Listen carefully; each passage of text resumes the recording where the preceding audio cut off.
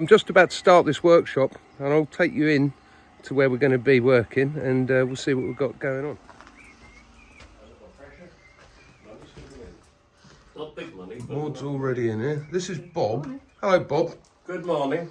So we're going to be doing some taxidermy Yes, with we you are. today. I'm going to teach you some new tricks that you haven't seen before. I'm looking forward to that because normally I take things apart. Yeah, well, you're taking it apart and then putting it back together. Putting it back together. This is going to be an interesting day. Thank you, Maud. You're welcome. 2 days is going to be an interesting. In two days. Yeah, I'm going to teach you and Maud a lot of different little tricks that maybe you don't know. I'm sure, I know for a fact I've come here to learn and I'm going to learn. Well, it's all about learning. I don't care who you are, whether it's me. Everybody has to learn. I'll make you a promise, I'll try and be a good student. Well, yeah, you'll get the cane if you're not. If I schoolyard burnt it to pushing around. Then you're turning it round and you're doing the other side. Yeah. How long have you been doing this, Bob? 50 years. Yeah. So you're just building up the neck there? Yeah, just building up the neck with the cotton. Great expense at the solid paper that they use. Right down. If I'm doing something flying, which you'll be doing, or something dead, I don't need to wire those wings. If I was doing this standing, yeah, as a stand-up pheasant, you put the wire through here. No, see these tufts, you've got ear tufts, see them? This time of the year, there and there. And they bring them up like this when it's this time of year. Yep, I do that to you, don't I, Maud? you do. Put your ear tufts up. It's a little bit damp there, but that's nothing. Just, if you think about it, a bird only does one thing to preen itself. Only one thing, it uses this. Yep. And it picks things up like this. And this is the best way of preening anything, apart from shaking it. Because you often watch birds, they'll wash themselves in a puddle. The first thing you do is shake themselves to get the water out and the feathers right. Yep. So we really only reproduce in nature. Unfortunately.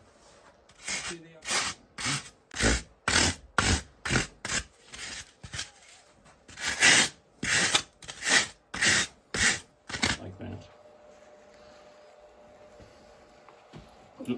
All I'm doing at the moment is playing. I'm not trying to adjust anything. I'm not trying to do anything.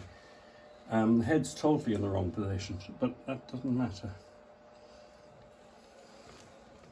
See, I'm trying to get these cutlets out on both sides, not just one. Never ever think about thing being one-sided. It's a 3D thing. Yeah. So you need to get it as good here as you do there. Trying to get everything flowing, yeah? Yep. These are flat, but we're getting there. We're actually getting there. Okay, tuck it round there. And tuck it round there. Okay, all it's doing is holding that wing in position. It's not moving. The feathers aren't moving, okay? You've already got, if you feel in there, feel that ridge that we cut. Yeah. Yeah, that bone has to sort of start fitting in that ridge. Be careful with those feathers there. This is where you have to be a bit careful with delicate, yeah. Yeah, that's about right there. We're going to pin that now, okay? So you can start to layer these down so you can get them right, bit by bit. See what I mean? Mm-hmm. So I think what we're going to do before we go any further is, first of all, we're going to pump a bit in his mouth. Where's the, I'll tell you when to stop. See it's filling up? Yeah. Go on, bit more. Okay, leave it at that. Right, let's see what that does. See, I'm sure you understand what it is. If you do another one and you've got one, say, well, is this right? Is it correct? Because when I do things like those fighting feathers up there on the wall. Yeah.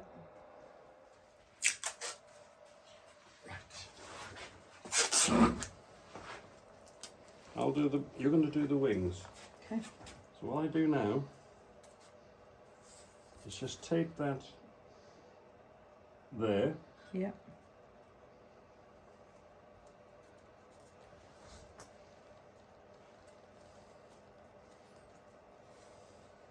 And that's set, that will never move.